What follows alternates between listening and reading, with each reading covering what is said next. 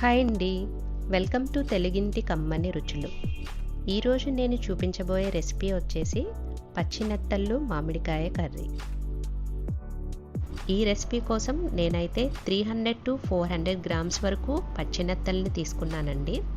వీటినైతే ముందుగా నీట్గా క్లీన్ చేసేసుకొని ఒక బౌల్లోకి తీసుకోండి.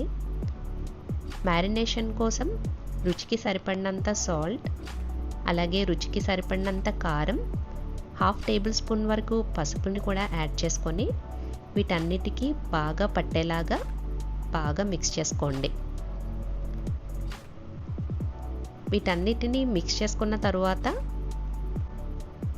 15 నుంచి 20 నిమిషాల వరకు పక్కన పెట్టండి.